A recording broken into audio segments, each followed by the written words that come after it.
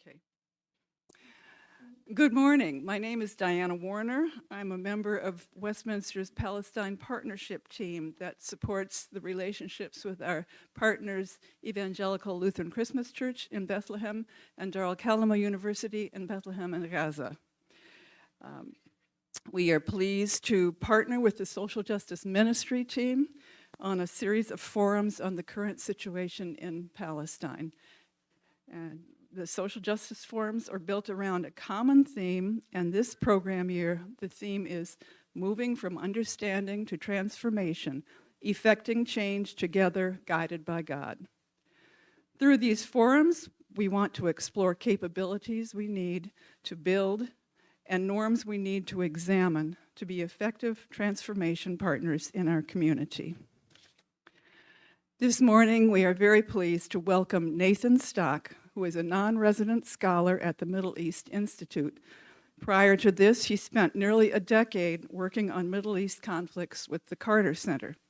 He has lived in both Jerusalem and Gaza. He has expertise in U.S. policy vis-a-vis the Israeli-Palestinian conflict, Palestinian politics, the Fatah-Hamas conflict, and Palestinian reconciliation. Nathan will present a brief historical review of Gaza in the 20th century, including the occupation and Israeli control. He'll discuss Palestinian politics and the rise of Hamas in Gaza, and will then reflect on the current status and possible ways forward. Before we get started, just a couple of items for every forum.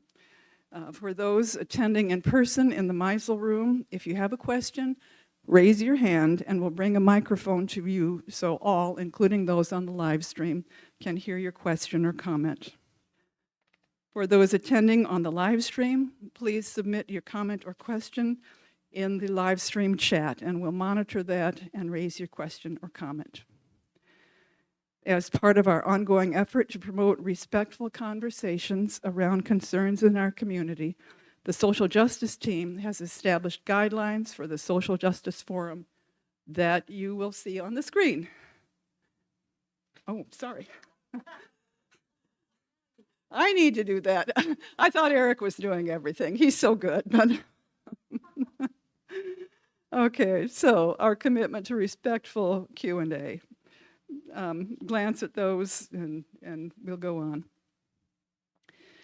Before we get started, a short prayer. Holy One, God of justice, breathe into us today a spirit of curiosity and humility.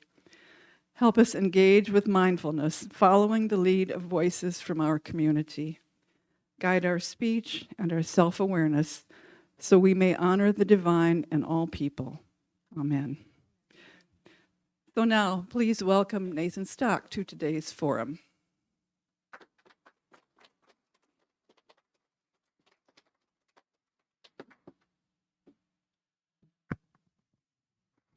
Thanks so much to Diane and the social justice team. It's a real pleasure to be with you this morning, though I do wish it were under better circumstances or on a sunnier topic. In any event, as Diane suggested this morning, I'm going to share a few words about the history and current status of the Gaza Strip, and we'll close with some thoughts about how Israelis and Palestinians alike might get out of this mess. So first thing I want to note is that Gaza is very, very old. It is one of the oldest continuously inhabited cities in the world. It is thousands and thousands and thousands of years old. If you are looking for a good read on the long-range history of Gaza, I really recommend Gerald Butt's book. It's out in a new edition now. It's called Life at the Crossroads, A History of Gaza. Gerald Butt, B-U-T-T. And one of the things that struck me when I was reading that book as a young adult in my mid-20s, living in the Gaza Strip back in 2001 and 2 during the Second Palestinian Uprising, was that, according to the book, Gaza had been conquered and reconquered 12 times before Alexander the Great conquered it. So I would just note that this is a place that in the broad sweep of history has been at the crossroads of multiple empires and has seen all kinds of conquerors come and go. To me, it's interesting to be aware of its geography and context. That said, what we're talking about today is Gaza in a very modern 20th and 21st century context. The Israeli-Palestinian conflict today is not some extension of some nebulous ancient conflict, right? This is very much a modern conflict between very modern political ideologies, modern ideas like nationalism, right? Zionism is a form of nationalism, Palestinian nationalism. And I'm not going to go into all of that old history. I understand you covered a lot of that last week. But a couple of points I want to make here. One is just that the Gaza Strip exists because of the armistice lines that were negotiated at the end of the 1948 war, right? Israel's War of Independence, what Palestinians call the catastrophe. There were a series of armistice agreements negotiated on the island of Rhodes between Israel and the belligerent parties. And in 1949 or so, there was an Egyptian army based at Gaza. So essentially what you now see as the borders of the Gaza Strip was a salient held by the Egyptian army pushing into Israeli-controlled lines, right? And because that army was there and they all decided to end the war, that's where they drew a provisional boundary. Does this make sense? So it's worth talking about because it's really odd, right? Why would you have this territory with such an odd shape? It's small, it's crowded, right? And because during the War of Independence, the catastrophe in 48, 49, because the Egyptians controlled this territory, thousands and thousands of Palestinians from villages all through here fled into here to get away from the fighting. So they were coming into the relative safety of Egyptian-controlled territory on the assumption, of course, that they could go back when the fighting stopped. The problem, of course, was that when the fighting stopped and these armistice lines were solidified, Palestinian refugees now based in what became the Gaza Strip, or for that matter, in the West Bank or Jordan, when they tried to go back, they got shot at, right? The new Israeli government had a policy of using force, interdicting any of these refugees who tried to come back. And I emphasize that point just because, you know, setting aside the debate about the origin of the Palestinian refugee crisis, where did people flee their homes, were they kicked out, whose fault it is, I think it is fair to say that in modern armed conflicts, civilians get displaced. That's very common. Civilians try to run away from the fighting. That's normal. What may or may not make them refugees is what happens afterwards. Do they get to go home? And in the case of this conflict, the policy of the government of the State of Israel when the fighting stopped was that refugees weren't allowed back. And they used force to implement that policy. So when the war ends, you end up with the population of this little territory tripling with all these refugees who've come in. Now it's the Gaza Strip. And it's under Egyptian administration until 1967, when Israel conquers all the pink territory on the map here, as I'm sure you know. There's another war in 73. There's the Camp David Accords in 78. And all of this, the Sinai Peninsula, is returned to Egypt. And then you have, starting in the late 1980s, the first Palestinian uprising, right? So now you've had, by 87, you've had 20 years of Palestinians living in Gaza and the West Bank and East Jerusalem who are under military rule, right? They're not citizens of the State of Israel. Israel controls them. They have Israeli-issued IDs. They can't vote in Israeli national elections because they're not citizens. They're not citizens, and therefore, they're not afforded due process or equal protection before the law like an Israeli citizen would be. They're under a more arbitrary and less rigorous standard of justice. They're under military rule, right? So that's unpleasant. No one likes to be under the rule of a foreign hostile army.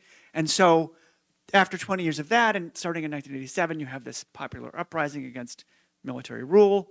That goes on for several years and leads to the peace process, right? Creates enough pressure on Israel that they feel some need to compromise, to change the status quo. The Palestinian leadership, at that point led by Yasser Arafat, had troubles of its own, also had an incentive to compromise. So you got the Oslo Accords, which, as you probably covered this last week, but I'm just covering all my bases, right? The core of the Oslo Accords was an agreement for a partial withdrawal of the Israeli army from major Palestinian population centers. So when the accords were inked in 93, 94, you saw a withdrawal of the Israeli army from the major Palestinian cities and towns in Gaza.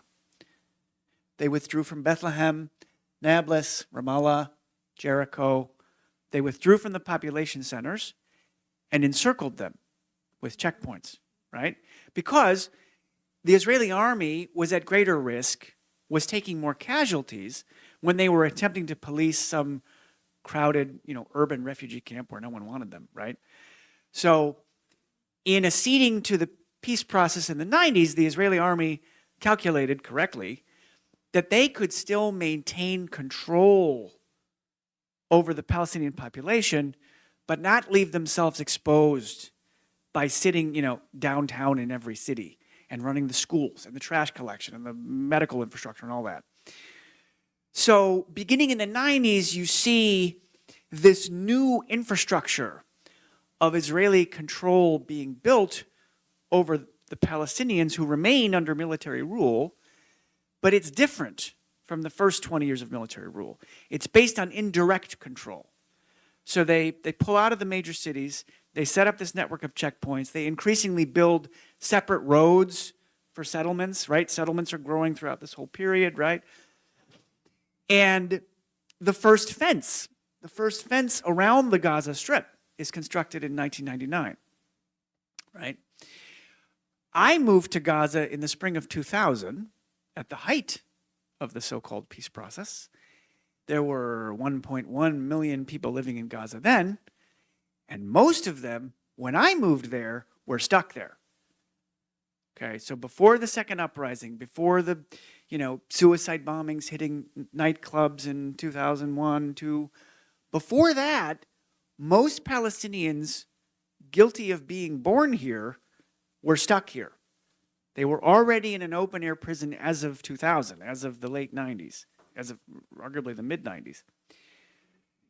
At that time, of course, the Israelis still had settlements inside the Gaza Strip. They had settlements closer to the coast here. They had one here, a couple over here.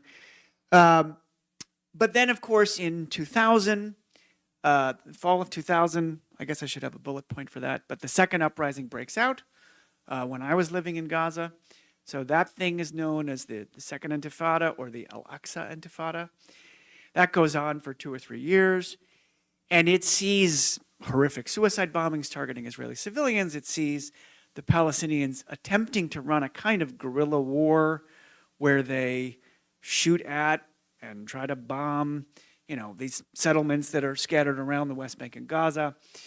You see the Israeli army demolishing Palestinian refugee camps en masse, building these sort of perimeter dead zones around their settlements. There was an enormous amount of fighting inside the Gaza Strip, around these settlement perimeters. And that fighting and that, untenable violent status quo is a lot of what led former Prime Minister Ariel Sharon in 2005 to pull those settlements out, right? So 2005, this thing called the Gaza disengagement happens. Israel, and this is its language, not mine, because it's inaccurate, disengages from the Gaza Strip. So they say. And they pull their settlements out. They also, it's worth noting, withdrew their security forces from the Egyptian border. So they pull out of here, pull out of here, pull out of here. but they still have a fence, goes all the way around here. And they still control the coastline. Gaza had an airport. There was an airport built in like 99. The Israelis bombed it in 01, never allowed it to reopen. So this is important. After the disengagement in 05, Gaza is still effectively controlled by Israel. You still can't get out. You can't get on a boat and sail to Cyprus. You can't get on a plane and fly to London, right? It is still effectively controlled. For those of you who have been to Bethlehem, right, now there's like a giant concrete wall around Bethlehem. Gaza is the same, it's just bigger, right? So the disengagement pulled the settlers out. It reduced Israel's exposure. I mean, it wasn't now constantly getting into firefights around these settlements. But it didn't fundamentally change the status of this besieged enclave. The people living there, for the most part, were still totally stuck there, right? Okay, then there's a Palestinian election in 2006. Hamas, this organization that is designated by our government as a terrorist group, fair enough, it's certainly committed acts that I think meet our definition of terrorism. It's also, though, a big political party in Palestine. It is both of those things. And it won a plurality of seats in a legislative election. So this, in the years of the peace process in the 90s, this proto-Palestinian government called the Palestinian Authority was set up, and that authority had a legislature. The legislature could pick a prime minister. It's like a parliamentary system that also had a presidency. It's a little bit like France. So 06, Hamas effectively wins this election, gets enough seats in the Palestinian parliament that they can pick the prime minister, which they do. And this leads the government of Israel and the government of the United States under President Bush to boycott this new Palestinian government. Mind you, it's worth noting, the Bush administration pushed the Palestinians and the Israelis hard to have this election in the first place. We had it, we didn't like who they voted for, and so we turned around and boycotted it, which had significant practical negative ramifications for the Palestinian Authority, for the Palestinian government. It meant that a lot of the foreign aid that allowed, the Palestinian Authority to have a budget and pay for services, all that went out the window. The government of Israel, as part of the peace process architecture from the 90s, collects customs revenue. So the Palestinian Authority, this proto-government, and the government of Israel are effectively in a customs union. The Palestinian Authority doesn't control any borders. So when Palestinians import stuff to go to Bethlehem, and taxes are paid on those imports, the government of Israel collects those taxes and transfers the money to the Palestinian government, normally on a monthly basis. That transfer of funds is a huge portion of the revenue of the monthly operating budget of the Palestinian government. And when you had this Hamas election victory in 06, Israel stopped that transfer of funds. So you have this financial crisis. This new government's boycotted by all these Western governments. There's a lot of external pressure on this new Hamas-led Palestinian government. Also, there are people in the party that lost that election, right? There are two main political parties in Palestine. There's Hamas, then there's the party of Arafat from the old days, Arafat, and then the current Palestinian president, Mahmoud Abbas. Their party is called Fatah. And there were some of those guys in Fatah who had dominated Palestinian politics since the 60s who weren't copacetic with the idea that they lost an election. And so you end up with violence between Palestinians, particularly fighters and security forces loyal to the Palestinian president and guys loyal to Hamas. And this leads to a brief but ugly civil war for about a week and a half in 2007. And when that war is done, you have a new status quo where the security forces loyal to the Palestinian president in the cities of the West Bank, like Bethlehem and Ramallah and Nablus and Jericho, they drove Hamas underground. In Gaza, security forces loyal to Hamas routed the security services loyal to the Palestinian president. And the next thing you know, they declared separate governments.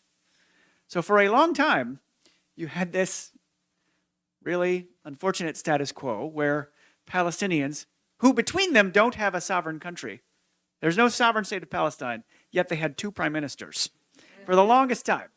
One in Gaza, one in the West Bank, one loyal to Hamas, one loyal to the Palestinian president. Okay, this gets us into our current mess. So this is a map of the Gaza Strip as it stood more or less on the eve of the current war. So this is the whole thing, right? It's very tiny. The whole thing is, what, 10 kilometers. I mean, it's less than the size of Manhattan. So this is the largest population center up here, Gaza City. Jabalia is a refugee camp, bleeds into these towns up here. This is all urban sprawl. You have some refugee camps in the middle here. You have Khan Yunis here, Rafah on the Egyptian border. All of these have their own associated refugee camps. It's worth noting that Palestinian fishing has been restricted all this time, right? You can't access what would be the normal, like, nautical mile limit, right? As if it were a sovereign territory. It's not. There had been, for years and years, this self-declared buffer zone along the border. So if you came within this zone, you could get shot, which wasn't that uncommon, right? So this is what the territory looks like when Hamas takes over in the interior of Gaza. Okay? The things that matter, never lose sight of this, the things that matter are still controlled by Israel. The airspace, the coastline, the population registry, the internet access, the phone access, all of that still runs through Israel. The vast majority of the people here can't leave. But the territory day to day is administered by this Hamas-backed government as of 2007. And for all practical intents and purposes, that's still the status quo. For years, in my previous life with the Carter Center, I tried to help the Palestinian parties bridge their substantial internal political rifts. They're long overdue to have elections in the Palestinian government. They're supposed to have elections on a cycle for parliament and president. That's all gone out the window. So essentially, the political leaders, such as they are, across the board in Palestine today, none of them have a democratic mandate. On paper, their terms in office all expired years and years and years ago. They're just coasting along in this weird status quo because the powers that be, for different reasons, don't want elections because they think they might not be popular. So this is where we are. And this leads to a situation that I would argue is just fundamentally unstable and violent, right? So in 2008, you see a fairly significant war between Israelis and Palestinians. There are, quote-unquote, rounds of violence every couple of years. Often the triggering event is maybe it's an assassination of some Hamas guy in Gaza, and then they launch rockets, or they launch some rockets, and Israel shoots back. But this is the status quo. The status quo is violent. It is a violent equilibrium. In the last more major war, the biggest one prior to the current one, was 2014, right? And to me, understanding this cycle of violence explains a lot about how the current conflict got started, right?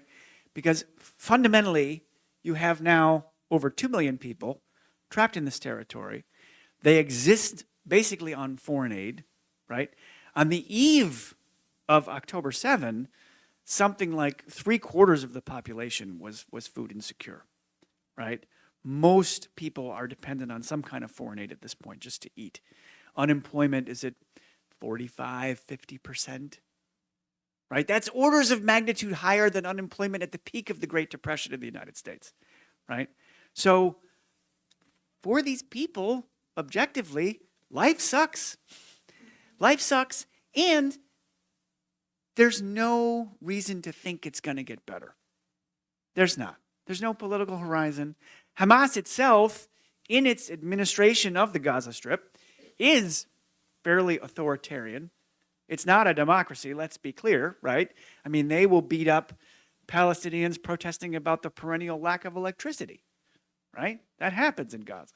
So you have this Islamist local government that's, somewhat authoritarian, at least. That's fair to say. You can't have elections or no elections anymore. And all of that exists under an overarching umbrella of Israeli control. Israelis control the things that matter. And that's not changing any time either.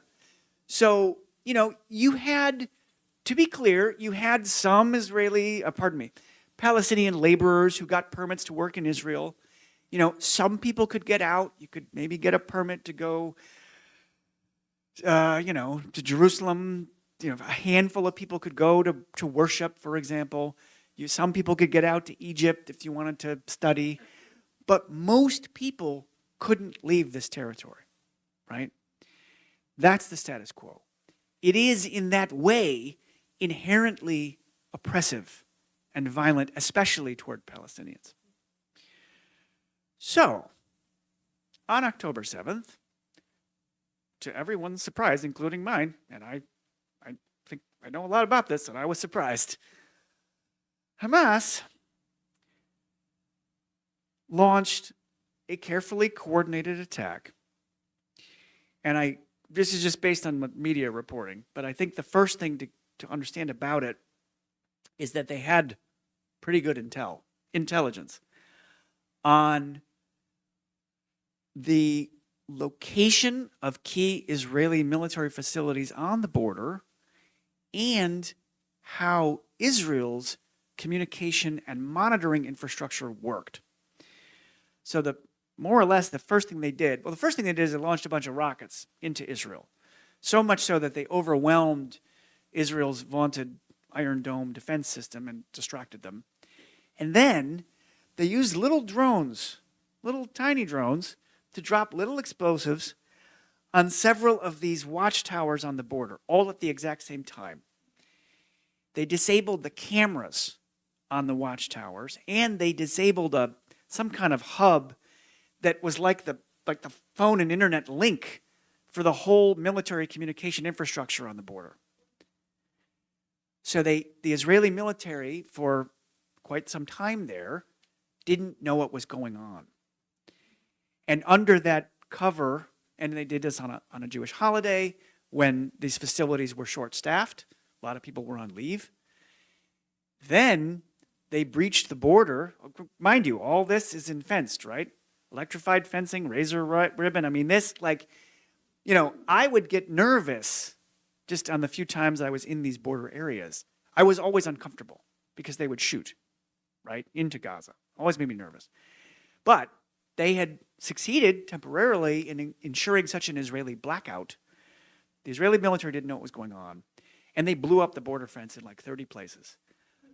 Approximately 2,000, I guess that's the estimate, Palestinian fighters surged into southern Israel, and they killed, upwards of 1,200 people, probably most of those civilians. There were a large number of military fatalities as well. They killed soldiers in these military bases. They took over multiple military bases on the border, but also, it appears the majority of the Israeli fatalities were civilian, including, as I'm sure you've read, people at a concert, at a music festival. There were numerous reports of sexual violence and rape and other atrocities, mutilation.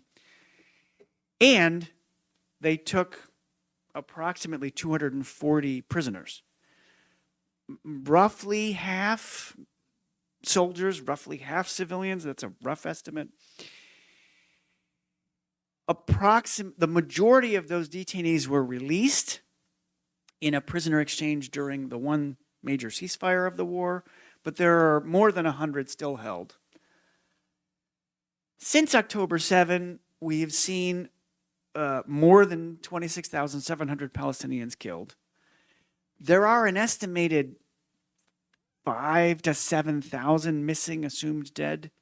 So the number of fatalities is certainly higher than that. It's got to be in the mid-30s. The Israeli reports estimate that they've killed 9,000 Hamas fighters out of an estimated total force of 30 to 50,000. And since the Israeli ground operation started in Gaza, they've lost about 220 soldiers. So there's been a lot of heated rhetoric about the nature of this fighting, right? You have Israelis or pro-Israeli perspectives in the United States that are understandably very focused on the horrible atrocities committed on October 7th. And no one should understate that. I mean, this is possibly the single most violent day in Israeli history. And clearly, civilians were targeted. The Geneva Conventions were violated massively, including through sexual violence. So you have a lot of people who are focused on this and only this side of it. And in some ways that's understandable because it's what happened is horrifying.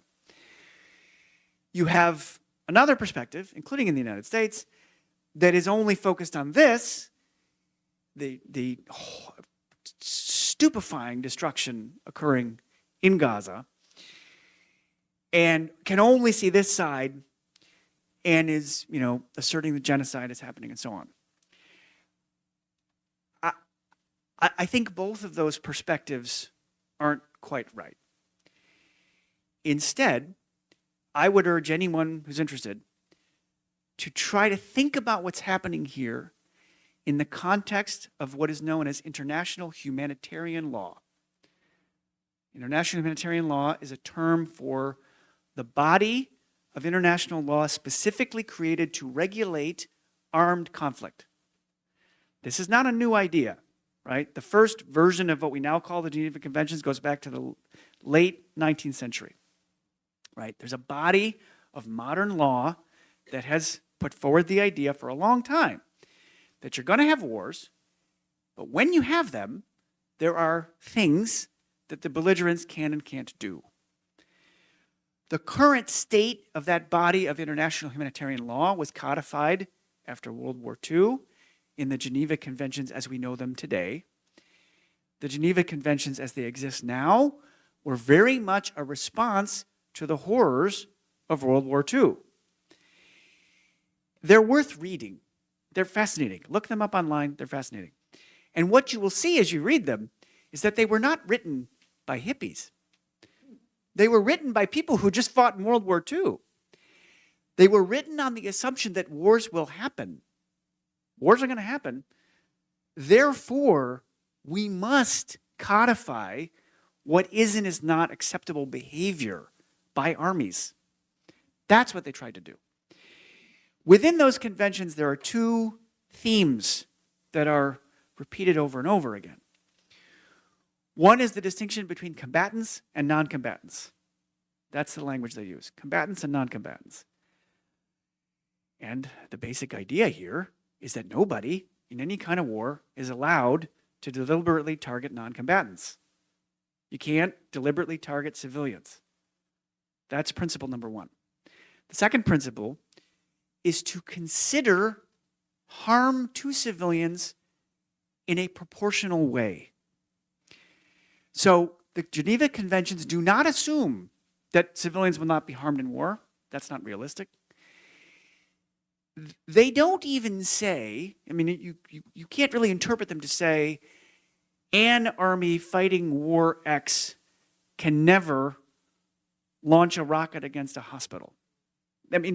What they say instead is civilians are afforded certain protections. Civilian infrastructure that is specifically just for helping civilians, like a hospital, is extra protected. So the bar for any army that wants to justify launching a rocket against a hospital has to be very, very high. That's the idea, right? So the idea is if you, Army X, are considering, well, do I drop this particular munition on this particular apartment block because I believe that one of the bad guys that I want to kill is there, you are also supposed to be calculating how many civilians also live in that apartment. How many of them are going to die? And is it proportional to the military necessity of killing that one bad guy that you're interested in taking out? Does this make sense? Okay. So it's not black and white. I mean, that's why, real war crimes prosecutions take decades to figure out. It takes a lot of evidence, right? You can, often in the heat of fighting, Commander X on the ground can make an argument that from his or her perspective, he believed that, yeah, he had to do this and it was appropriate, right? So, but these are the ways to think about it, right? Are we distinguishing between combatants and non-combatants? When we are using force, is it proportionate to the military necessity vis-a-vis the harm against civilians? Okay. So, from that perspective, and comparing these numbers to other 21st century conflicts, the U.S. and Afghanistan fought in Afghanistan for 20 years, right? The bombing of Mosul, right? Not that long ago, the Islamic State took over a huge chunk of central Iraq, and our government led an aerial bombardment campaign to support Iraqi forces in getting the Islamic State out of Iraq. When you consider comparative casualty figures to other armed conflicts in the 21st century, to me, this looks pretty horrifying. So, 70% of the confirmed Palestinian dead at this point are women and children. Now, to be clear, that doesn't mean the other 30% were combatants.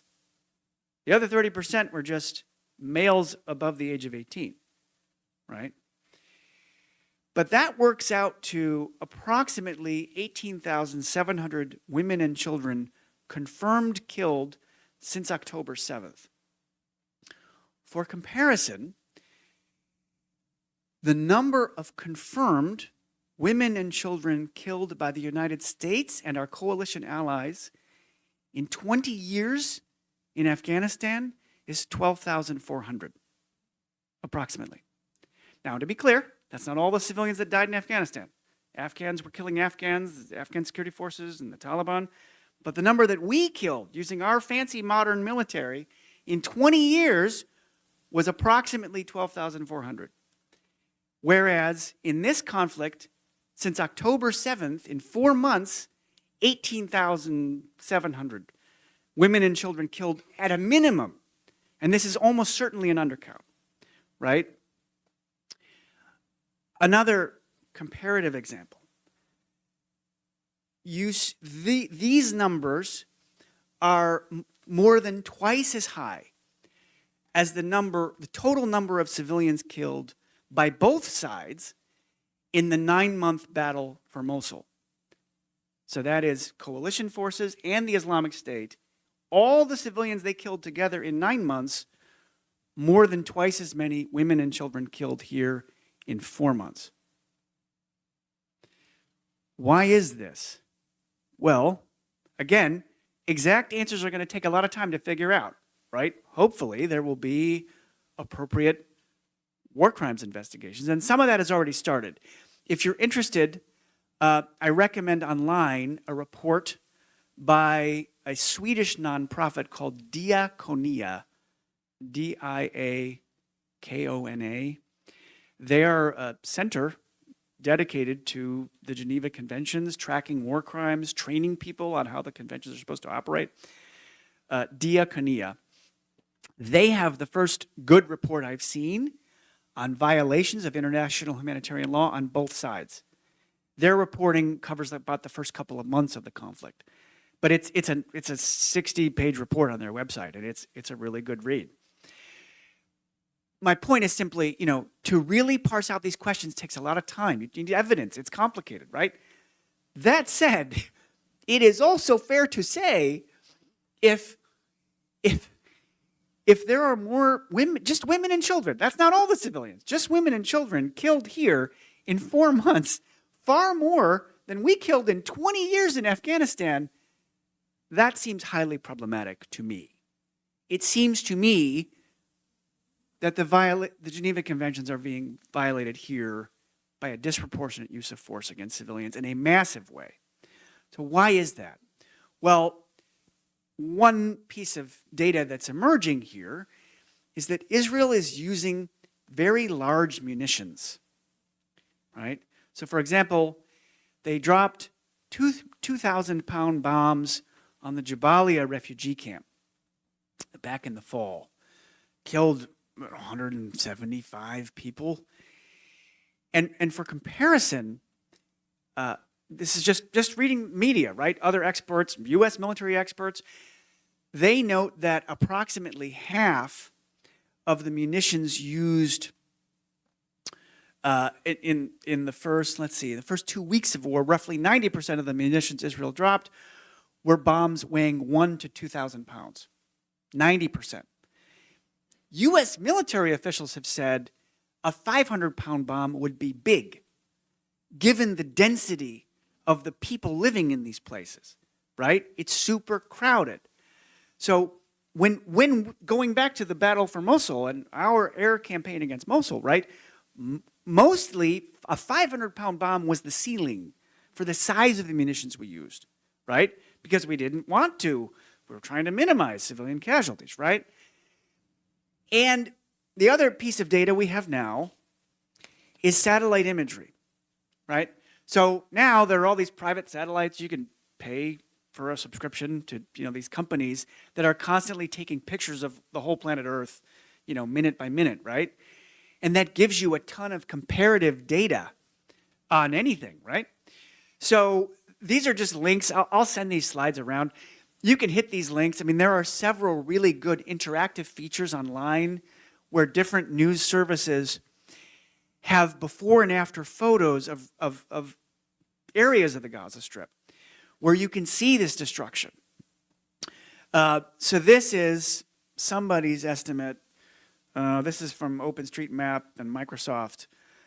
But it's an estimate of the percentage of buildings destroyed or damaged in each of these areas of the Gaza Strip.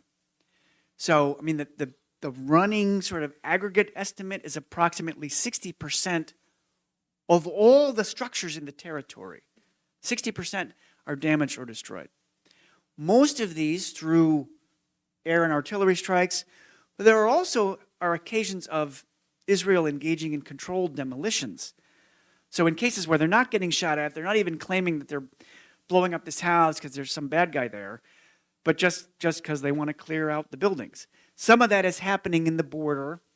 They're working to create a new buffer zone with no one living in it, and I assume like forward fencing. So they want to try to effectively move the border of the Gaza Strip in this way. So they're destroying buildings in here, but also, like they detonated the Palestinian parliament building in Gaza City. Again, proportionality and distinction. Are we distinguishing between combatants and non-combatants when we blow up a parliament? Probably not, right? Okay, so how do we get out of this? And I'm going to say a few more things. I'm going to stop and we'll have a few minutes for questions or discussion. To me, October 7, the Hamas attack and then the Israeli violence that has ensued is not an aberration. It is an even worse manifestation of a pre-existing trend, right? As long as Gaza is essentially a giant walled ghetto, there are going to be people in Gaza, whether they're Hamas or not, that are motivated to do violence. And Israel, being Israel, they're going to also engage in violence. And the more they are attacked, the more they will, in turn, attack Palestinians with profound, it's just stupefying force. So what's happened here in the last few months is really just the same pattern, but bigger and way worse. right? So how the heck do we get out of this? Well, address this, right? Like people in Gaza need to be allowed to have a functioning economy. They need to be able to import and export and travel to London to go study and have functioning industries and agriculture. And what concerns me is that the way, Israeli policy as it is sort of manifesting on the ground is the opposite of this, right? Instead of thinking about, well, how can we revitalize the citrus industry in Gaza and, orange and lemon cultivation, they're working to make Gaza smaller physically and carving up what little agricultural land it had by, creating this buffer zone. So you have to address these fundamentals. You have to ensure that one way or the other, whether or not there's a Palestinian state, whether there's some sort of future unitary state, like these people need to be able to live more normal lives. That's number one. This has been true forever. It's even more true now. Second, you got to address this Palestinian political problem that their erstwhile president sitting in Ramallah, is well into his 80s. Nobody likes him. They all want him to resign. They've wanted him to resign forever. He has no democratic mandate. They have no legislature, right? They need elections. So when you're reading the paper and you see this stuff from American officials saying, well, we have these concerns about the Palestinian Authority. Could they take over in Gaza? They're not popular. Yeah, well, that's because they've had the same sclerotic leadership that's been totally unaccountable for years. They need elections. That's what you do when you have a government. You have elections. You elect new leadership, right? So you can imagine a world here in which if they were allowed and encouraged, I would say, they're going to need to be pushed to have an election. The Palestinians have excellent election administration. They have a central election commission that's very professional, right? Like these guys can run a good election, but they need an enabling environment. The Israelis can't be allowed to not let them have an election, which they could do, right? The Americans have to be on board. Like, this is not rocket science. And yet, when you look at much of the discourse coming out of Washington about this conflict, it's like it's some special magical egg that no one understands. No, like, their governance is a mess because they haven't had elections. They need elections, right? So that you can have some Palestinian leadership in the West Bank and Gaza that has some legitimacy, right? It's popular, which they don't have. Then you need an agreement, right? The other reason we're in this mess is that all of these were Band-Aids. There's no political horizon, at least for Palestinians. The status quo for Israelis until October 7 was okay. They were humming right along, building settlements. Life in Israel was nice. October 7, to me, is that much more evidence that this is not a good plan. I mean, this should be the takeaway. I mean, Netanyahu is the longest serving prime minister in Israeli history. And what he told people for decades was, I've got this. I got this. We will isolate the Palestinians in walled cantons, whether that's in Bethlehem or Gaza. We don't need to negotiate with them. They don't have legitimate national aspirations anyway, and it doesn't matter, because this is working fine for us. We'll put them in these ghettos. We'll build settlements. Everything will be fine. Clearly not the case. Clearly wrong. But here's the trick, right? What is the message the Israeli public has absorbed from all this? The message they've absorbed is what they believed all along, or what they've believed for many years, which is these Palestinians are anti-Semitic monsters who simply want to destroy us, right? Because they're in a media environment that reinforces that, and they have experienced an enormous national trauma, right? So you have to unwind the narrative that has been dominant in the Israeli discourse since 2000 that there's no Palestinian partner. They have to be convinced that there could be an agreement, that some of these Palestinians, they've done horrible things. And yes, some of them want to drive you into the sea, just like some Israelis want all the Palestinians out, right?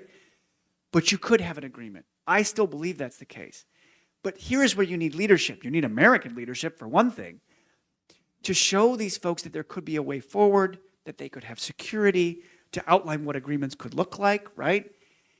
And then you've got to get to something. Probably a two-state solution. Maybe it's something else. But they can't keep going on like this, right? This status quo, October 7th was a clarion, horrifying reminder that this status quo is violent and a dead end for Israelis and Palestinians alike. So let me stop there. I think we have just a few more minutes. Take just a couple of questions, maybe?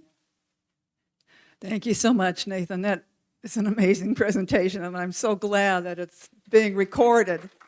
Yeah. Yes, we have just a few minutes for questions, and then we'll have a hard stop on 5 minutes for questions, then we'll have a hard stop on the live stream, but perhaps, we can linger for a few more minutes. Yeah. Yes, ma'am.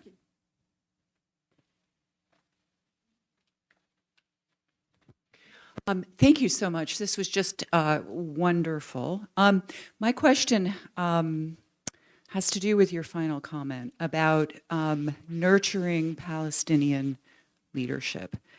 And we have partners on the West Bank.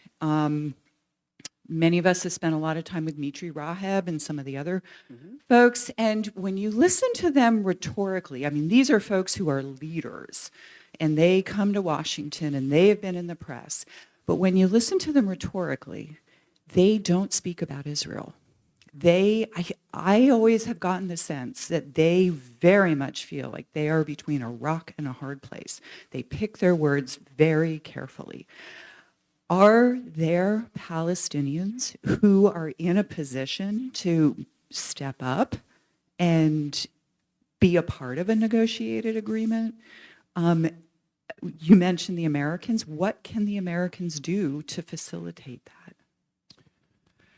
Yeah, so those are two different questions. I'll try to address them both. So I would think about Palestinian leadership in two different ways. One is specific personalities. Are there people, in Palestinian politics who have some national credibility, who might be the kinds of folks you could peg a process around? There are a few. There is a Fatah leader, a leader who's in Abbas's political party, who's been in jail, in an Israeli jail since 2001. He's a Barghouti, who is popular. He's talked about as the kind of guy who has enough stature, if he was let out of Israeli jail, to unite the Palestinians and be the front man for some kind of negotiation with Israel. So there are people like that around, but I also think that there can be too much emphasis on personality. Like, you got to have process. You got to have democracy to cultivate leadership, right? Palestine, people here complain about, President Biden being too old. Palestinian politics is a huge gerontocracy, right? There's a younger generation that is totally fed up with all of their erstwhile leaders. So you need political life and political parties and primaries and all those things to cultivate leadership, to identify who people want, right? So you through that process, I can see a world in which, they could totally have leadership that wants a way out of this and could be part of the solution. But they have to be allowed to do that. And their political parties, including Hamas and Fatah, that have one way or another blocked elections, can't be allowed to block it, right? That's part of the problem. The Biden administration is a whole other question. The Biden administration's policy on this has been really shockingly bad, stupid, and not in the national interest, much less in the interest of Israelis or Palestinians. There's a lot of things they need to fix. One is they need to repair their relationships with the Palestinians that were severely harmed during the Trump administration in ways that the Biden administration never really rectified. So, reopen Palestine's diplomatic representation in Washington, right? Show the Palestinians that you show them through action that you give equal weight to their claims, right? Just like we care about Israel and care about their claims. So you gotta fix that relationship. Then the U.S. needs to lead and show, I know when the live stream's done, show the Israeli and Palestinian people that there could be a way out of this, right? It's got to be very careful and deliberate in lifting up the voices of Israelis and Palestinians who, despite this ongoing trauma for both sides, can talk about a shared way forward. Like there would be ways to do this, but it requires real external leadership and investment, the likes of which we have not seen at all.